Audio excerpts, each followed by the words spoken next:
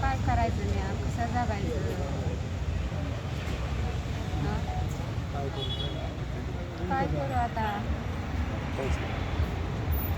कोण सांभाळणार हा मला? ॲक्सिडेंट ट्रॅक्टरचा. काय झालं मामी?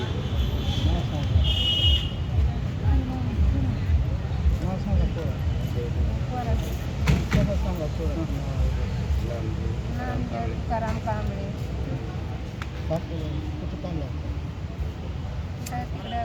सासरवाडीला जाऊ लागला. मुलगा सासरवाडीला जाऊ लागला होता.